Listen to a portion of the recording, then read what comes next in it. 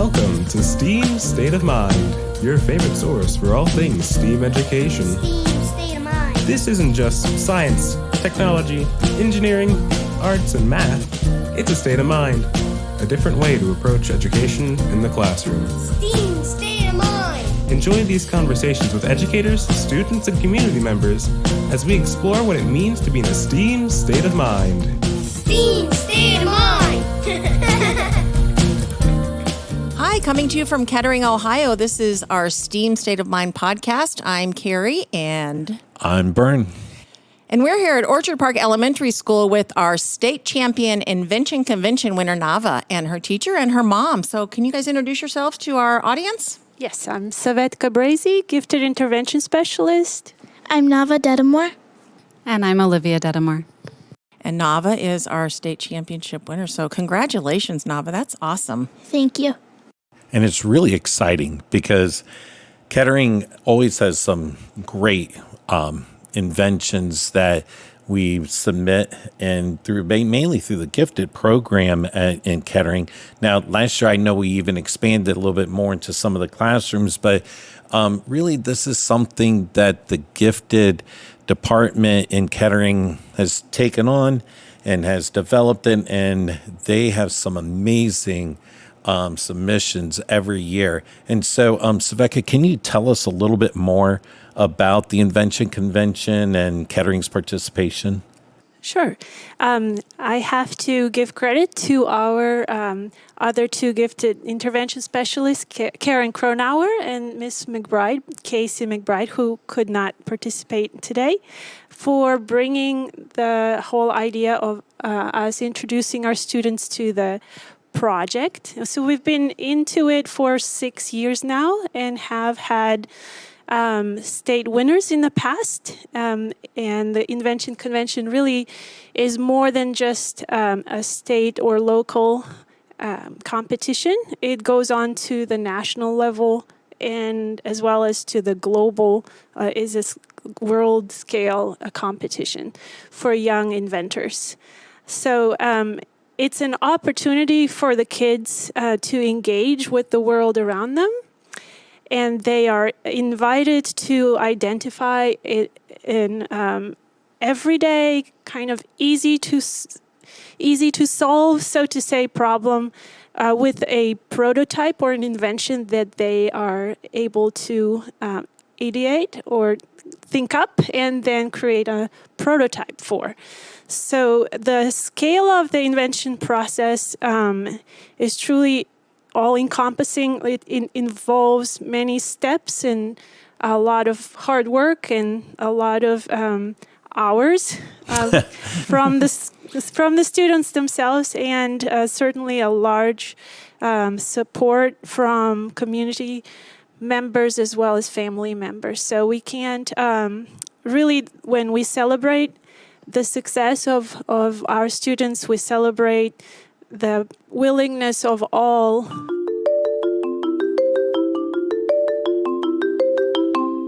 Let's take a break from the podcast for a moment and discuss a little more about Invention Convention Worldwide.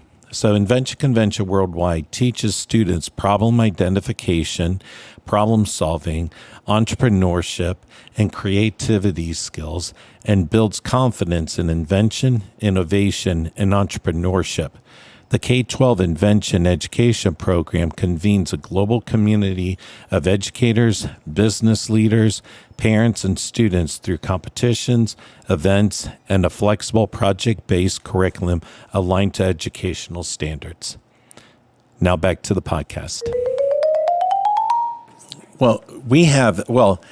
I have, this sounds like a lot of the things that we do with our STEAM podcast that we talked about, like perseverance. We talk about, critical thinking, problem solving, collaboration, working together, and identifying a problem that can be, that is real world. I mean, that's really the STEAM state of mind. And it sounds like, Savetka, you really have bought into this whole STEAM state of mind culture and everything, and the whole gifted program has. So now I'm so excited to talk to Nava because Nava, Your teacher just described it wonderfully about how challenging this is and solving a real world problem. I want to know, and I'm sure everybody, our audience wants to know, well, what was the problem that you worked on? I solved the problem of students bringing weapons into school and keeping the other students stress-free and safe when they walk into school. I think that, first of all, that is an amazing problem. That is something that I'm like, you have my interest right away because Kari, did you know the whole thing? I knew the title of your project, which I was so excited about. Our superintendent has identified actual safety as our number one goal this school year, safety, behavioral expectations, and quality teaching and learning. So you actually grabbed onto a real world problem that our school district recognizes and has really put a lot of emphasis on. So that is awesome, actually. So timely. It's very timely. So, Mom, all right, here you are, supporting your daughter. And when she came up with this idea and presented it to you, what were your initial thoughts?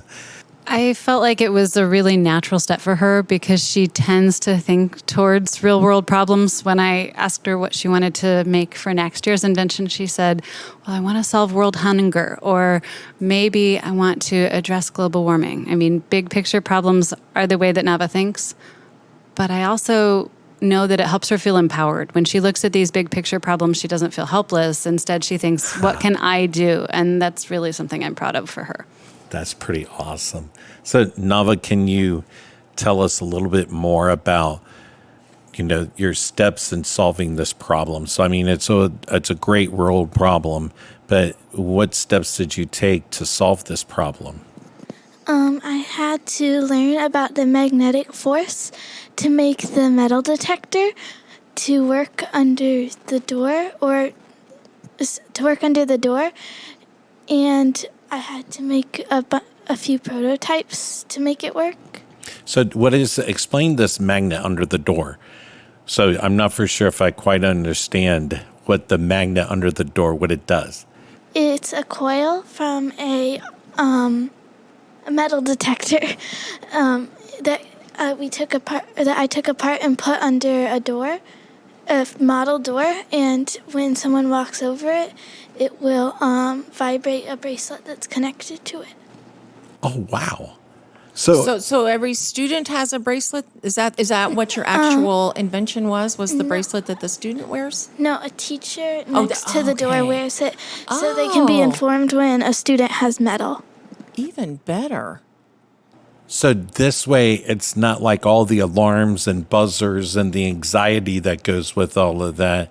This is something that, the teacher gets warned, or the adult by the door gets warned through a vibration on their arm, and then they can address the situation in a very calm manner. Is that what you're trying to do? Yeah. Oh my God, that is so cool. It is really cool. So talk to me a little bit about your thought process. Did what has kind of been happening in our world and some of our schools across the country, did that come into play when you were deciding what kind of project or problem you were going to kind of tackle? Yeah. At the school JFK, a student brought a loaded gun into the classroom, and that made me think about how students shouldn't be able to have weapons in school and stuff. Sure. Yeah, they had it in their locker. Yeah. And that is in our world today, it is a reality that something like that could possibly happen. Now, thank goodness Kettering has never, knock on wood, if I can find wood, we've never had a major issue, and any time that we've ever had anything, we've been able to handle it right away or whatever. But this is an added security. And it's also what I think what you have done is you address the emotional part of it.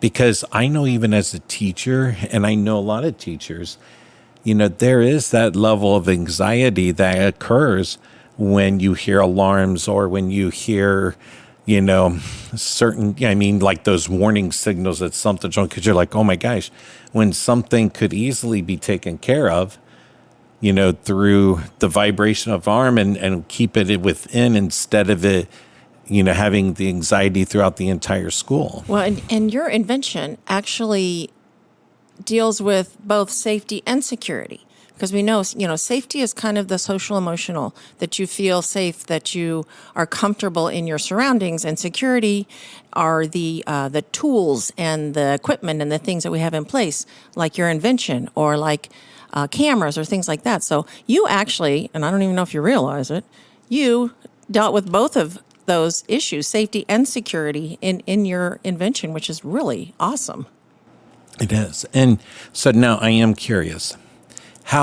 I just want to know, how do you feel about your invention? Like, do you think this is something that could actually, be produced in throughout the world or throughout all the schools in the United States and be used in a way that can help all these schools?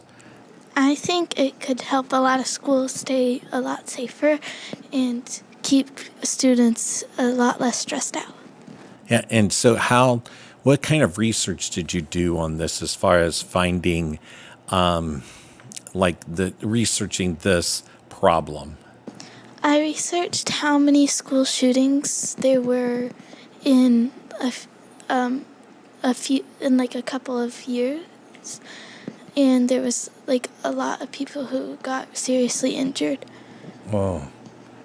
So tell us a little bit about then, because I know that this whole process, getting to that actual state level with Invention Convention it's a long period of time. Is it Sure. a whole school year, pretty much? The project really takes about 10 weeks minimum of classroom-related work as well as work at home. Right. And the students go through the steps of choosing a problem, understanding the problem, researching, considering whether their idea is unique, what other inventions exist, how is their idea going to impact the world or the people around them, so that whether it is worthwhile to spend time and effort. Certainly, it has to be unique to be considered. So the idea must be original to the student as well.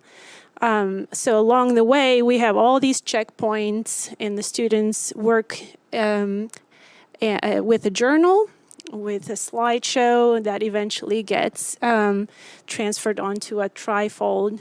And it all ends up, once they have sketched their idea and created a model for it, it is always a plus if a student can create a working prototype, which in this case, Nava went through several prototypes to test and iterate her idea. So that was work done outside of the classroom. One super important element of inventing is also reaching out to experts, which we did to our local police officer, Mr. Rusted. Nava, do you remember his feedback to you and how it helped you along the way? He was wondering, what if the teacher did find metal in a student and the vibration went off on the bracelet? How would he tell someone? And I thought of he or she could text another adult to tell them that there was metal on the student, or they could switch jobs with them, and the teacher or adult could go check the student by themselves. So Nava really took ownership of all this thought process of the implications of using the invention, and then how to make it really useful. So that was really leading all up to the final step of creating a video presentation in which she shared her idea with the world and prepared to speak to judges, first on the regional level and then she advanced on to the state.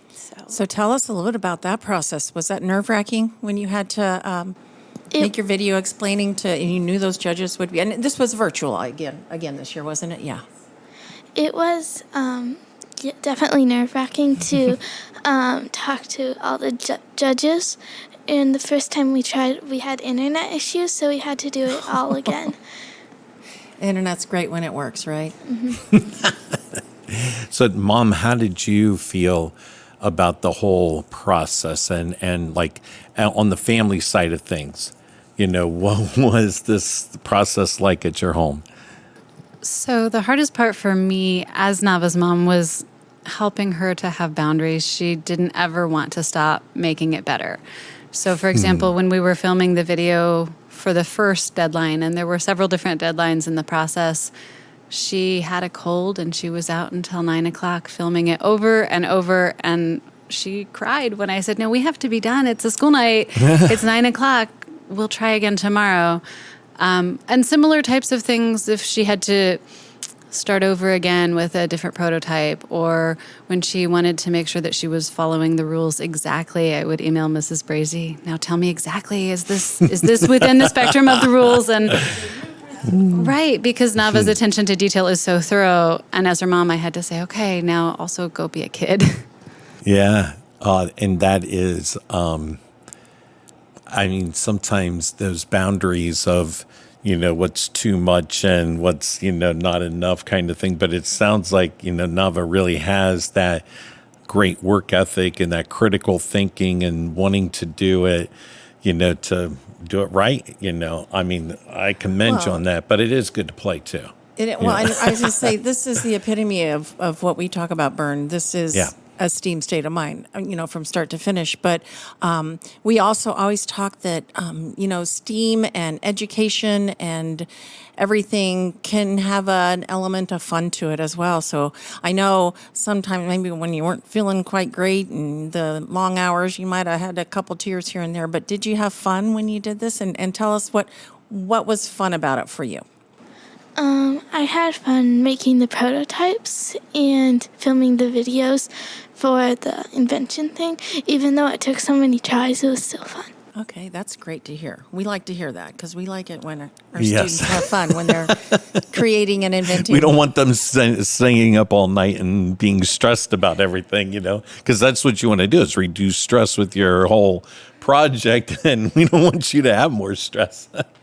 So I absolutely agree that, you have to make it fun along the way. And we had a great guest student teacher last year, Mrs. Puckett, who added the expertise and the fun, engaging way the students got to try out prototyping, rapid prototyping through exercises in class and brainstorming. And so there are a lot of scaffolds along the way that we as teachers have to be careful to provide both the motivation and the learning opportunity. But really, there are certainly how a student decides to approach the opportunity is varied. Some are overwhelmed and could step back along the way, or some push forward and eventually succeed. And I think it's a growth process for everyone. That growth mindset. Yes. That STEAM state of mind. Nava, what's next? Are you going to continue with the Invention Convention program this year? And if you do, how in the world do you top being the state champion?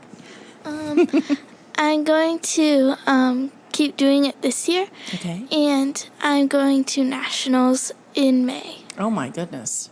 That's very cool. So why don't you tell our audience where that is held and what you get to do there? It's in Michigan, and it's another competition where we compete with people who also did Invention Convention out of the state. Okay, and I believe that's the Henry Ford Museum in Michigan. How exciting. Will you get paired with a mentor to help you possibly improve your invention between now and then? Yes, I'm pretty sure there's a meeting every month with an inventor, a mentor. Okay, so is this a mentor provided through The Invention Convention does program? provide a mentor That's great. that How exciting. leads the kids into further improving their invention, and even opening their eyes to the possibilities of patenting. I was just going to say, I fully expect to see a patent on this at some point. Yeah. Yeah. I mean, you can get to the Nationals with something like this that is so timely, so appropriately amazing for, schools across the country, across the world. It would be really cool if you could get that patented. Who knows? And then you can be a mentor someday to kids who are going through Invention Convention. Yeah, What do you hope to do when you grow up, as they say? I talk about being a teacher sometimes, but That's great. that's all I really think about. Like, I And don't that's really know really- what else I'd want to be. That's really okay. That's not a fair question when you're, how old are you? 10. When you're 10, yeah. You have a little bit of time to figure that out.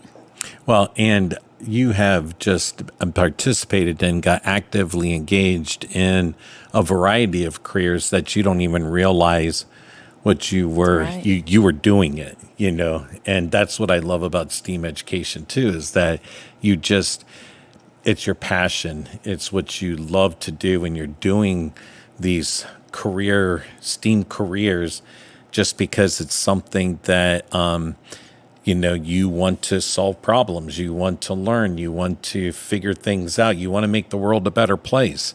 And that's what you've done, Nava. And I'm so excited to see where this goes. And I'm excited to find out what you're going to do for this year to